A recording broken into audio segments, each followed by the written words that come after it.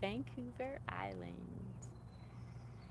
My name is Lisa, and this is my gardening and nature slash kindness channel growing on Vancouver Island. And today is June the 9th, I think, and we're doing a backyard garden tour.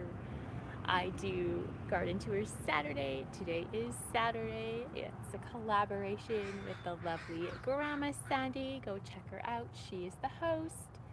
Suffolk Susie in New York. Patricia N. Cube in the southern United States. And Barb Daly Rural Life in Washington. As well as many other creators. We combine forces and do garden tours Saturday. So check out those channels when you're done here if you're interested.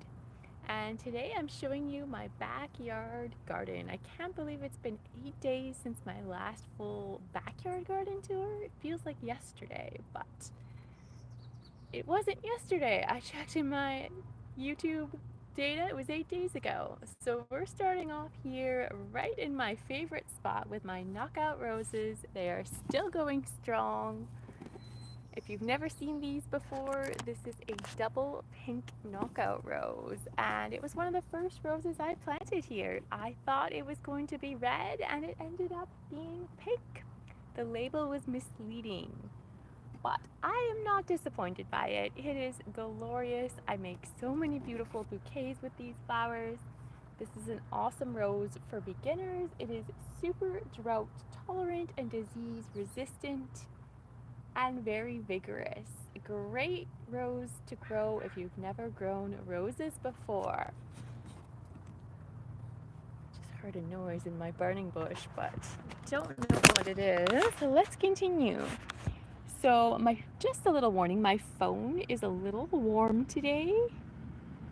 It all of a sudden became summertime overnight. Like it went from an average 20 degrees-ish to like 30 degrees Celsius overnight. So if it shuts off, that's what's happening. It's overheated.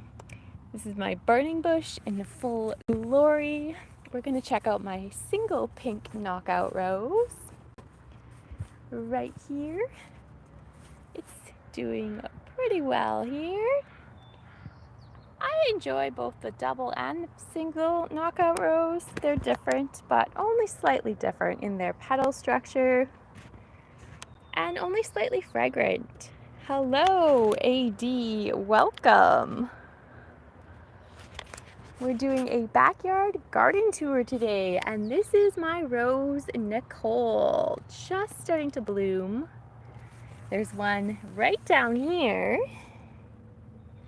That's really pretty. I love the two-toned effect on this rose. I think it is so beautiful. And let's give it a sniff test. From my memory, I don't think it's fragrant, but let's try. Nothing right now, but what I learned about roses is that sometimes, depending on the time of day you pick them or smell them, they might be fragrant or they might not be, especially if they have a mild fragrance. So roses can deceive you in their fragrance abilities. Next, we're going to check out what is right in front of us or above us. This is a Desert King fig tree. The figs are definitely starting to put on a lot of growth. It's going to have a pretty good season this year, I think. Probably one of its best seasons so far. Lots of figs here, and check out the birds. I don't know if you guys can see this. I just wanted to show you. There is something going on in the sky. Maybe zoom in. Can you see that? Maybe not. There's probably about 10 to 15. I'm not sure if they are ravens, eagles. They're hovering above something. There's a whole bunch. I don't think they're crows. I mean, we get crows, but we also get quite a few hawks and ravens, sometimes eagles, but definitely hawks. It looks like something is going on up there. Did the camera just, oh, there we go. Yeah, I don't know what it is, but something is happening. I'll just keep my eye on that and we'll continue the tour here. That's a lot of zoom lens. Has there been a parasite problem with the figs? No, this is absolutely my favorite fig tree. It has never had a problem. No diseases, no pests, nothing. It is like super lush and healthy. I've had it for 6 or 7 years now, and not one season did it ever have problems. Like, it's just outperforms itself every year. They are super vigorous. These are Desert King varieties and perfect for Vancouver Island. And next, we're going to check out right beside this fig tree, we have rose. This is my snow pavement rose, and somebody's doing some pollination, it looks like. I didn't think these roses were super magnets for pollinators, but I might be wrong. Unless this is just an outcast pollinator who doesn't fit in with the typical crowds. He looks like he's having a good time in this flower. How do you fix mites on flowers? It's a good question. I don't know if I've ever fixed mites on flowers. I don't know if I've had mites on flowers. I'm really not sure, so I don't know how to answer that. I'm sorry. And there he goes. The pollinator is gone. Lots of flower buds on this snow pavement rose. And if you saw one of my live streams with my hoarding plant tags, this rose was supposed to be white, and it never got close to being white. It's always been pink for me. I mean, different shades of pink, but definitely not a white rose like the tag advertised. It always does really well, and I want to show you the stems.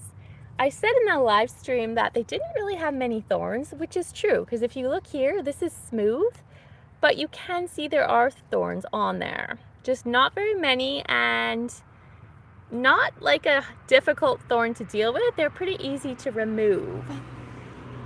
So that is the story of the snow pavement rose. Let's check out the poppies. Poppy season is just getting started, and these are so vibrant. I just love the color of these red poppies. Such a cheerful burst in the landscape. And here is my coconut ice peach tree. This tree has been through the rigorous. It's had some issues this year. It had a significant case of peach leaf curl, which is 98% gone. If we look up, should I zoom in? You guys can probably see the 2 branches remaining that are infested, but the rest of the tree has recovered mostly. Some leaves are still gone, but there are peaches. Not the best abundance. Woo!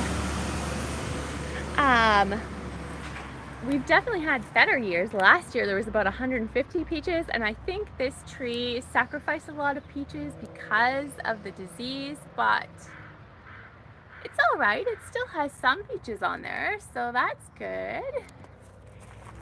The lilies are not quite blooming yet, and there's more poppies going to open soon. We have foxgloves. A nice little cluster here. And some more Lithowara, also called Grace Ward, which the bees really enjoy. And an oriental poppy that is a little bit past its prime. Still looking nice though. Some Shasta daisies gone wild. The pansies are still going strong in here in this little cottage garden. I planted some squash mixed in. There's some random foxgloves. And more foxgloves. And there is that tomato plant